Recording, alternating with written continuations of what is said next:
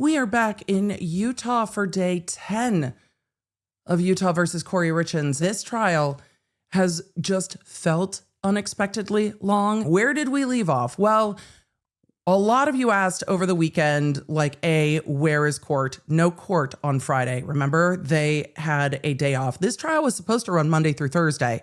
And then Judge M saw how this was going and was like, no. So we are now running most weeks Monday through Friday. And the state indicated they were getting close to the end of their case. But what do we know is at the end of their case? All of the shit that Kouri Richins said. We know that the state is going to put at the end of their case everything that Kouri said. The videos, the audios, the recording, the walk the dog letter, the journal, the thing that was found in the cabinets in the kitchen, all of it.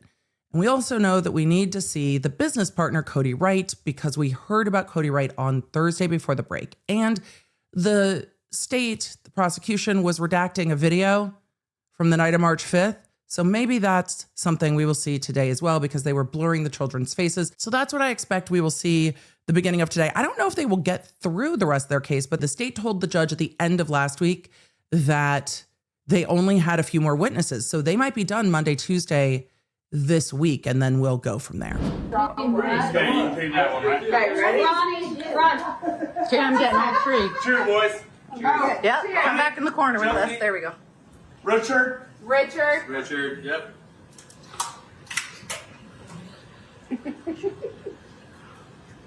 Richard.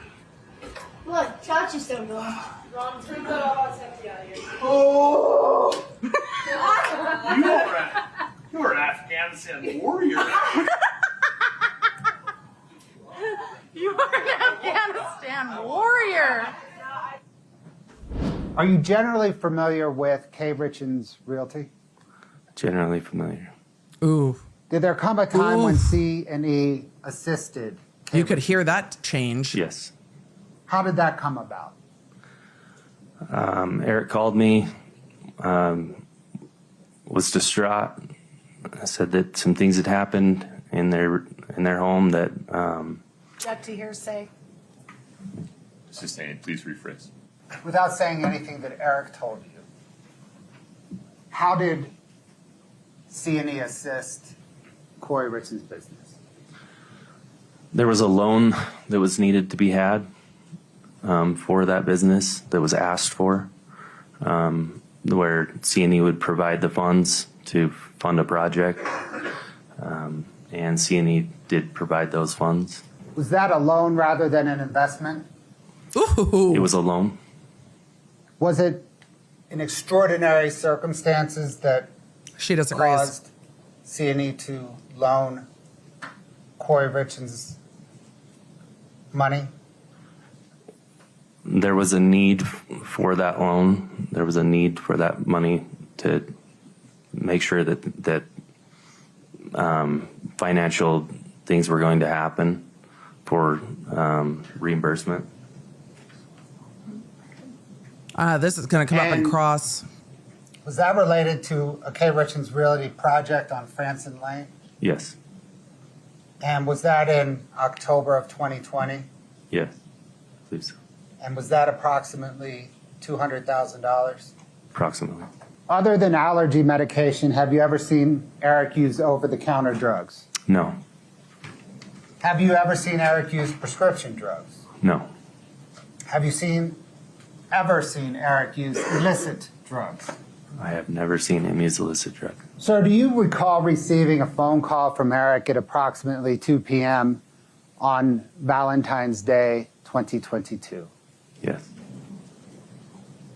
Without saying what Eric said to you, why is it you remember that phone call? The fear in his voice, the urgency of the situation, the seriousness of what was going on. Had you ever heard Eric sound like that before? The only other times I heard that urgency and that fear when he called me telling me that his mother had passed away in the hospital. I also heard that urgency or that fear when he had been rear-ended in an accident, and feared that the person that had hit him had passed away as well, or had hit him hard enough that he was scared of what had just happened. So you had Kouri on the payroll, right? Yes. How much was she making every month? Do you remember? I don't recall. Right. And then when Eric passed, isn't it true that Kouri asked to be removed from the payroll?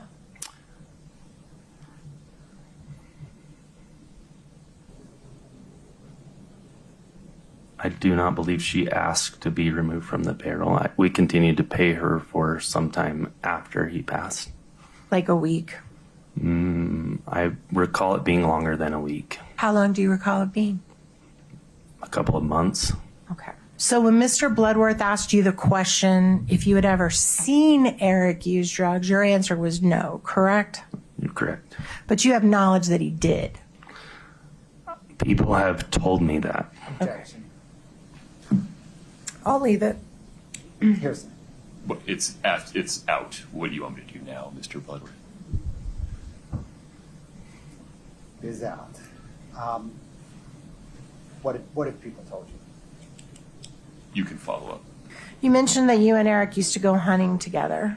Is that right? Yes.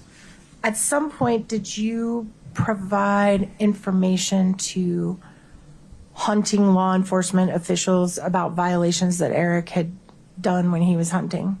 Yes. And was he placed in jail for that? Yes. And you provided that information and testimony against him? No. Okay. But you told the police that he did what they thought he did, right? I was brought in and asked questions that I answered to. And those questions incriminated Eric? Yes. Okay. Some of them. And you and Eric kind of had a falling out after that, is that fair? Falling out in what sense? You stopped going on vacations together with your families? We didn't go on vacation with our families very often as it was. So I would say that was not something that immediately happened after that. And your relationship became more tense, more difficult between the two of you? Oh yeah, he didn't like it. Okay. Yeah, he was upset about that. And then isn't it true that shortly after Eric died, you also sent somebody to pick up his work truck? Correct. And explain to me what the work truck looked like. I'm brown, curious about this. Ford 550 flatbed truck. And I noticed you said Ford earlier 550. that work a lot of times involved driving around in that truck, right? Correct. So he spent a lot of time in that truck. He did. If the police testified that that truck was not searched when Mr. Richins died, to your knowledge, had anybody sought your permission to search it at all prior to you picking it up? No. Okay. And then you took it into your custody Yes. and you kept that truck. Yes. You still have it. Yes. All right. He also drove a red truck, is that right? But like a personal truck. Yes. And did the Yeah, you need a C&E separate own the work- red truck? Yes. You need a work car and a personal car. Fair enough. That truck's company property. Fair enough. Right. And at some point, you found out that the red truck was being serviced. Is that right? Yes. How'd you find that out? The Ford dealership called me and told me that it was ready to be picked up. Right. And you knew that that truck was being driven by Kouri Richins at the time? It should not have been being driven at all. Okay, but she had custody of it. It was sitting at her house with instruction that it shouldn't be driven. Okay. Yeah, because if it's a work truck, she's not an employee of the work and she gets into a car accident or something, it's a huge fucking problem. That's a huge problem. And when you Well, found out, knowledge that it shouldn't be I'm driven. sorry, I didn't mean to interrupt you. I You're thought good. you were done. You found out the truck was ready and you went and picked it up, right? We went and got it, yes, You didn't- because it had been driven. You didn't talk to Kouri about it. No, You didn't discuss it with her at all. no. You just took it from the dealership. Well, it was theirs. It is a C&E owned vehicle. There is ramifications for an accident for somebody that's not working with C&E. Yeah. So it felt that it would be proper to make sure that the truck wasn't being driven. Where's the truck now? I imagine Kouri was not on payroll at this point. I don't know if the jury will be like, oh, poor Kouri, they went and took the work truck back, or if the small business owners on the jury will be like, what do you mean she was driving it? In somebody's yard or house, or I don't know exactly where it's at. Did you give it to Katie? I did. You gave it to her for free. I did not give it to her. No. Oh, sold boy. it to It her? is owned by C&E. So did C&E sell the truck to Katie, or did No. they just give it to her? No, it's sitting at their home or their yard or their place. It's being stored there. So they had it. So the people who had access to the truck before any law enforcement ever looked at it That's were where you, she's going. Katie, anyone in a good Katie's line of family, questioning. anyone at the dealership. Is that all right? Say that again. The people who had access to that red truck before there was any search executed were you, Katie, anyone in Katie's family, and anyone at C&E He doesn't know that. picked it up? Objection foundation. It's also really compound. Overruled. You can go ahead. Yeah, I mean, many people had access to that truck. If access is, Okay. Yeah, I imagine it's it would being have to be given the stored. key and given permission to drive it. You mentioned that Eric loved hunting, right? Correct. And after you gave your tone testimony to the changed. Department of Wildlife and Natural Resources, Eric couldn't hunt for a while in the United States. Is that right? Correct. But he still could hunt in Mexico. Correct. And are you aware that shortly That's a before good his line of death, he went questions, hunting too. in Mexico? I am. Do you know when? It would have been in February sometime, I believe. That's a good line of And questioning. how often did he Maybe hunt January. in Mexico? Are you aware? Sorry, what? How often did Eric go hunting in Mexico? He went down there for a trip, so I would assume he was hunting every day that he was there. Okay. Are you aware of more than one time that he went to Mexico to go hunting? Yes. Were you aware of them more than 5 times? I couldn't say. I don't remember. Did you ever Not go sure. with him to Mexico? Could I? Did you? Did I? No. Do you know where in Mexico Eric went hunting? A general area. I don't know exactly where. The general area Nogales? Typically, the hunting takes place in somewhere around Sonora. around Sonora. Nope. Somewhere. Okay. I think that's all I had. Thank you, sir. I appreciate it. Huh. You testified that generally people had told you that Eric did drugs. I want to be specific. Did people generally tell you that Eric would use THC edibles? Object to hearsay. You open the door. Overruled. Can you repeat that? Did people tell you that Eric would use THC edibles? People would tell me that. Yes. Did anyone ever tell you that Eric Richins used illicit street drugs? No. You testified that you provided some inculpatory information to DNR officers in connection with their investigation of Eric. Do you recall that? Yes. Why did you provide them with information? Eric was being investigated for a wildlife incident. Somebody else had turned him in, and they brought me in to answer some questions that they had. And did the incident involve not having a tag and killing an elk? Yes. Why did you provide incriminating evidence as opposed to covering for Eric?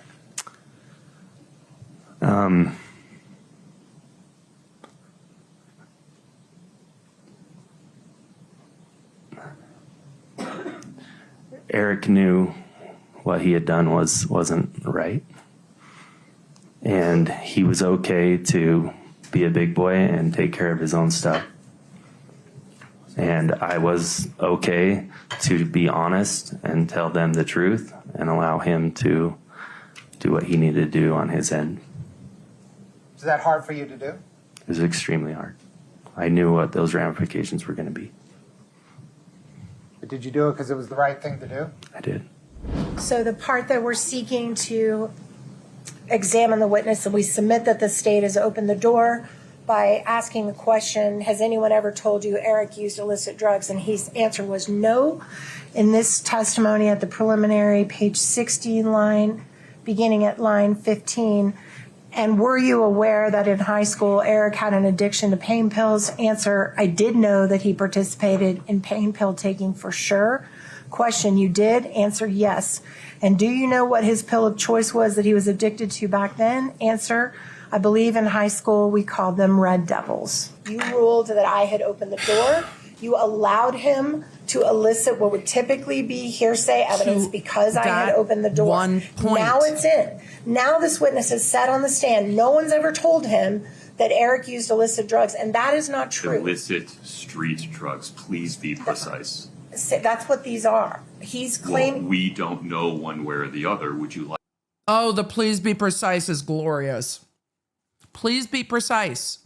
Yes. That's what these are. He's claiming. Well, we don't know one way or the other. Would you like an opportunity to voir dire Cody Wright about that, consistent with the court's motion in limine ruling from January? I'm happy to voir dire him if it helps the court with your ruling. It is my position that He at doesn't this need the point, help. I'm entitled. You need the help. He doesn't need the help. I mean, I'll ask if it helps the court with their ruling. The court knows exactly where he is. He'll just keep it out. To impeach him for making a statement in response to the state, elicited by the state, that no one's ever told him Eric used illicit street drugs. Here I have testimony that is contrary to that. I have a right to impeach him on that. I'll voir dire him on whatever you want, but it is my motion now that I be allowed to go into this because the state has put it there. They've put it out there. I have a right to impeach that he just testified falsely and inconsistently with what he said at the prelim. And it's very important, Your Honor. It's unclear as to whether there's any admissible evidence that he did.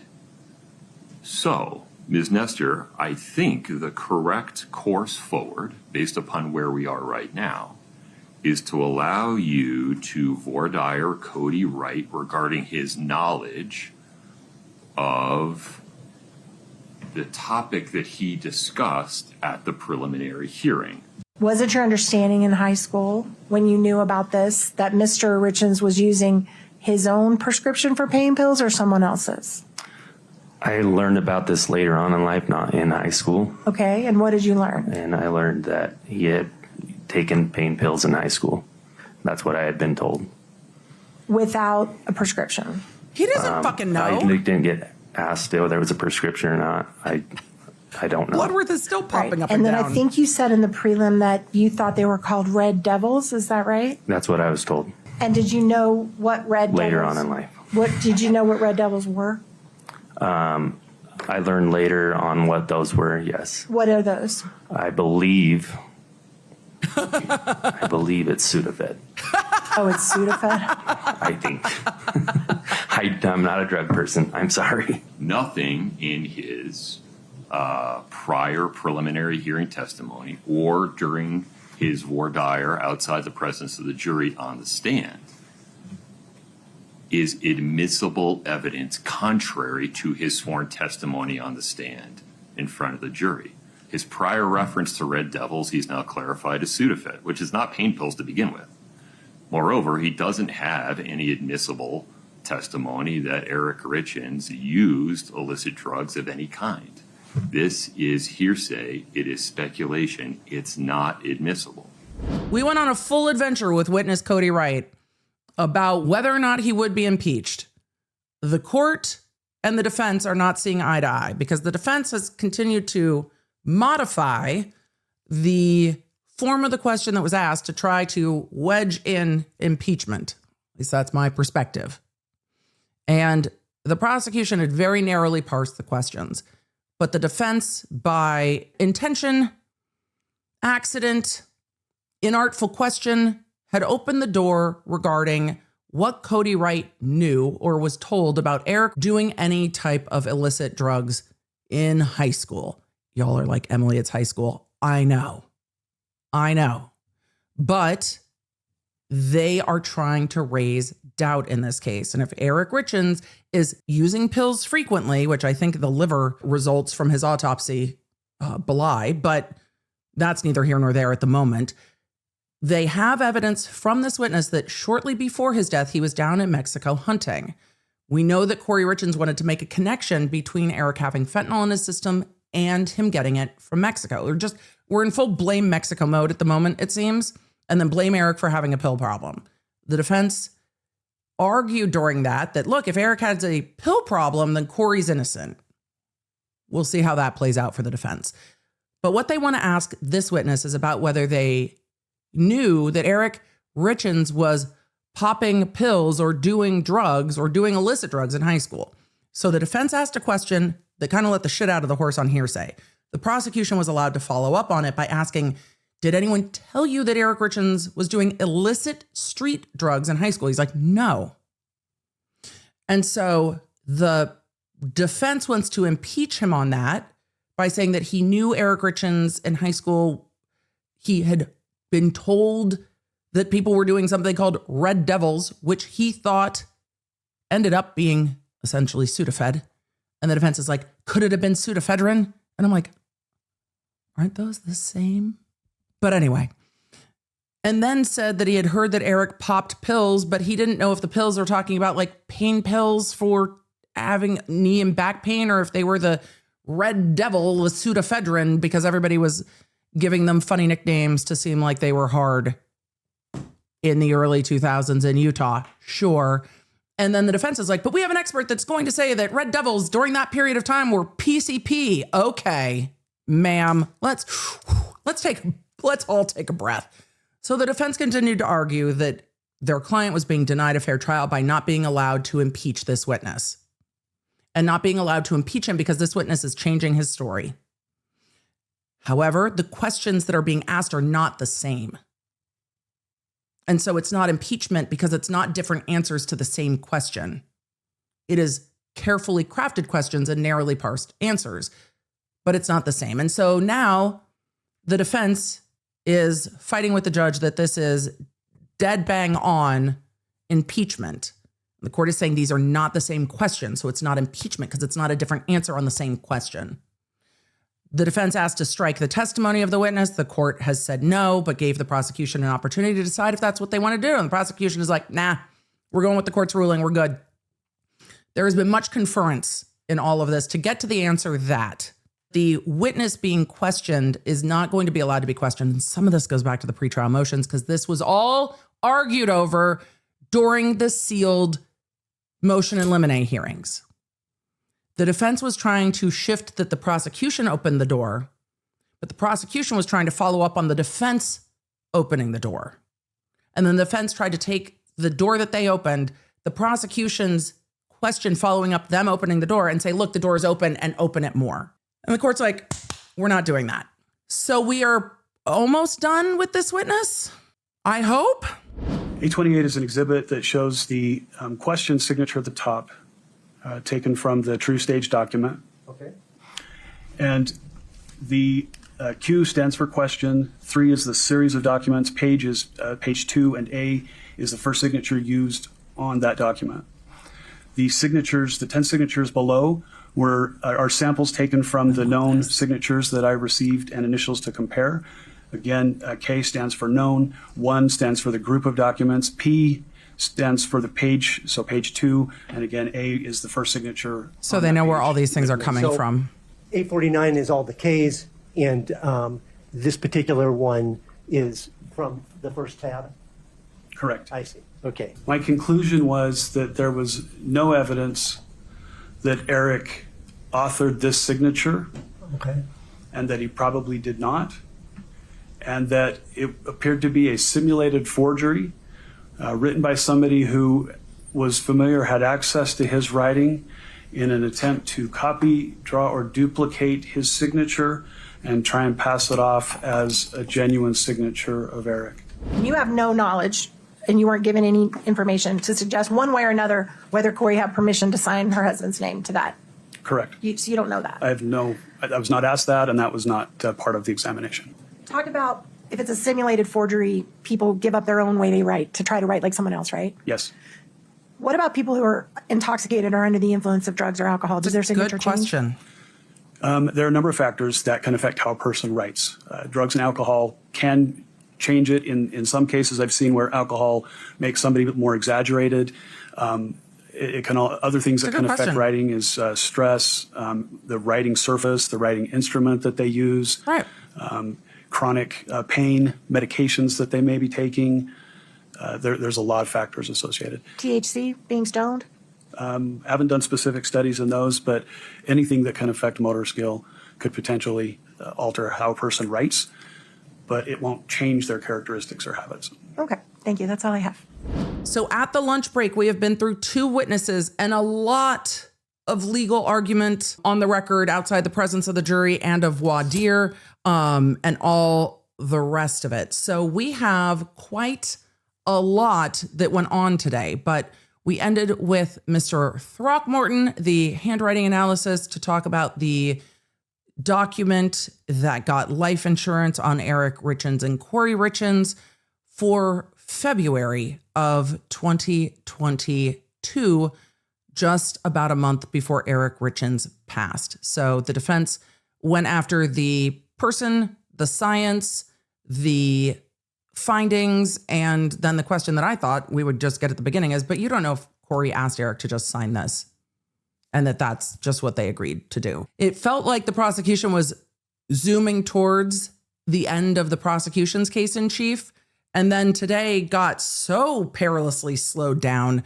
that I think that that's probably going to be another day and a half, depending on where we get by the end of the day. When you arrived at the Richins home, what did you first encounter? I ran into his sister at the bottom of the driveway. I spoke to her briefly. I went in and spoke to the initial officer that was on scene, and I did interview some of the witnesses there. What did she inform you? Your Honor, can we approach? Of course. All right, we are going to voir dire this witness with the jury out. When Amy met you in the driveway, did she say anything that informed your investigation? Yes. What did she say? She told me that Eric had said to her that he thought Kouri was going to kill him. Oh boy, I understand why there was an objection. Jury's back in, back on the record. So, ma'am, when you arrived at the house, Amy Richins met you in the driveway. Yes. Did what she told you suggest that Kouri Richins may have been involved in Eric's death? Yes. After you spoke with Amy in the driveway, what did you do next? I went into the home. And that's how they narrowly parsed that. I spoke with the initial investigator. Did you ever interview Kouri? I did. I spoke to Kouri. She called me on January the 19th of 2023. All right. And she voluntarily spoke to you She called me.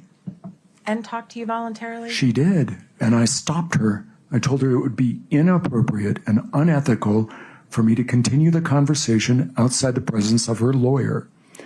I then texted her lawyer and had a phone call with her lawyer about the propriety of her client speaking without her presence. Okay. I then requested that Kouri submit to an interview multiple times. All right, stop. Okay? Don't. Stop.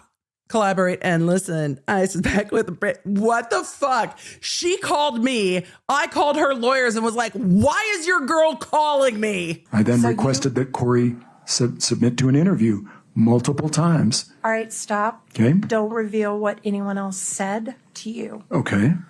The point is, Kouri called you to talk to you and tell you her side, right? I don't know what her intentions were. She seemed very angry that I had contacted one of her business associates. I believe that was the reason she called me on that date. Okay. Did she call you to tell you she thought you were a motherfucker? I bet she did. I bet she called to curse your ass out. I don't know what her intentions were. She seemed very angry that I had contacted one of her business associates. I believe that was the reason she called me on that date. Okay. And so you never to this day have sat down with Kouri and heard her version of what happened? No, despite my repeated requests. Okay. She called you. And I was bound by the ethics not to talk to her outside the presence of her lawyer. She was a litigant. She sued my client. Yep. Okay. Do you recall looking at that text? I do. You've seen this one? I believe I have. It's a joke. It's a joke. It is. It appears to me to be a joke. Did you see the text around this text? I did. Now that you have your memory refreshed, do you Oh, no, remember he didn't seeing say this that. text between Eric and another individual saying that Kouri and I are starting an open relationship tonight? Right? It says, Kouri and I are starting an open relationship tonight, so I told her I'm taking you home. Right. Okay. You left that out. That makes sense that it would be with Bryce with no pants. Did you see sexting between Bryce and Eric when you looked at their texts? I don't recall that, no. Katie? And is this sexting? I don't know what you mean. No, I'm not talking about this one. I'm Okay. talking about other ones. All right. I don't recall. I'm talking about many hundreds of thousands of messages in this case. I can't recall them all. As I look at this, I mean, it just makes me laugh. It doesn't appear to be serious. So how many of these joke sextings did you review that Eric did? I don't understand this to be sexting. I think you're wrong about that. What does it say? Resist your characterization. What does it say? Wait, don't resist. Lean in. What does it say? These are two friends joking with each other. That's what I'm reading here.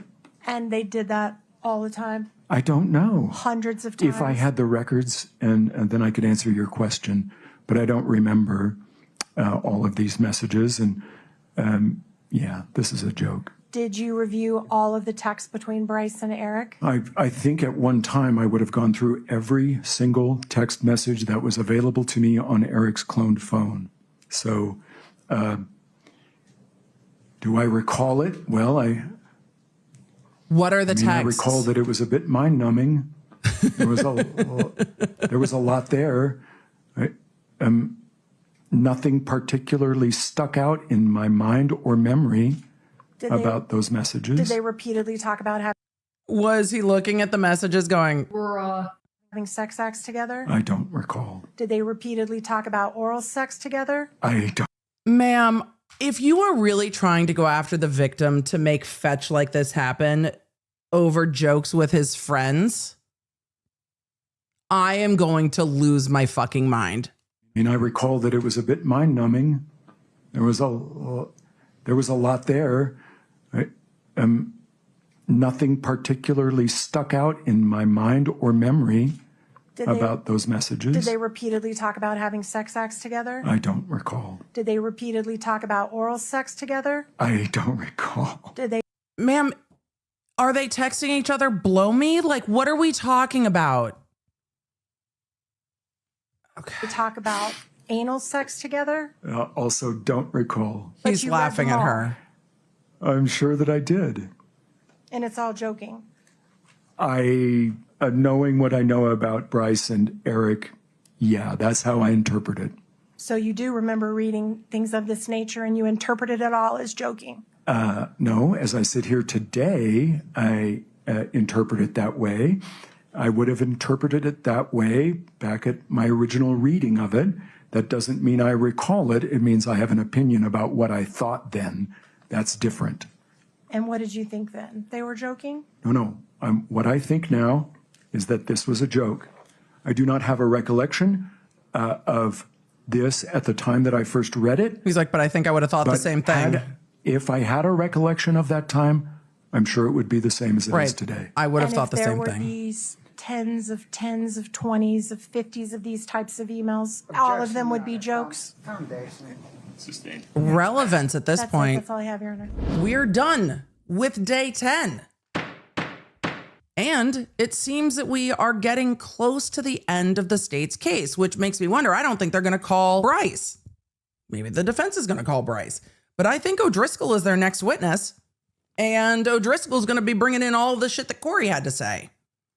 So O'Driscoll is going to get into the jail calls, the walk the dog letter, the police interviews, and that's probably going to be a day and a half at least of testimony because there's a lot of calls and a lot of information. I still want to know who the PI called that pissed Kouri off so much that she called the PI. But I think there are areas in this case to attack as the defense, but they are continuing to throw all the spaghetti at the wall.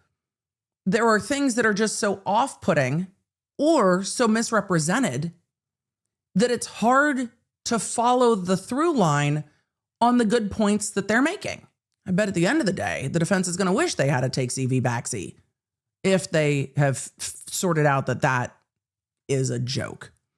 So I'm curious. I think the defense is just throwing all of the insinuations out there, but there are so many of them that the jury, I can't imagine, will actually take seriously. Maybe they will, but it seems to me that with the handwriting expert today, focus on the fact that you can't say that Kouri wrote it. You can't say that Eric wrote it. You don't know who wrote it. You can't say for sure. And you don't know if Eric was just like, go ahead and sign it. That's actually an area to attack on the forgery case. But you start throwing in all kinds of other stuff. And then we're like, oh, but you were forging documents per an IA investigation, weren't you? No, you were exonerated? Oh, okay. It starts to neutralize the good points that they made because it continues to break trust on why are you trying to lift this up as a big deal when you can tell that it's not a big deal? And we went through that with these defense attorneys all day today. Well, with Nestor all day today. How many times did the court say to Miss Nestor, that's not accurate? It's just so frustrating to watch the misrepresentations. I just want to see attorneys do their job well.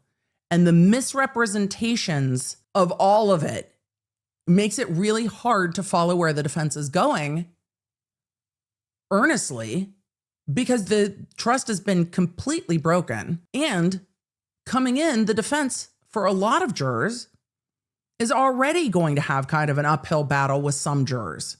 That shouldn't be the case, but it is for some.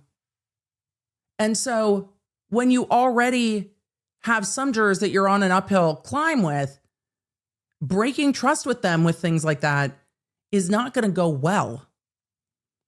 And if there's areas of the state's case to attack them. But when you start attacking stuff that just is irrelevant or nonsensical, it breaks trust with the jury. And it's part of why the prosecution is going to keep on going. We also never got to see any of the videos of the PI. She showed the PI and he was like, she's like, you took that laptop out of the house. You took the C&E laptop out of the house. And showed him the video and he was like, that's my laptop. I took my laptop into the house. I did my work and then I took my laptop out of the house with me.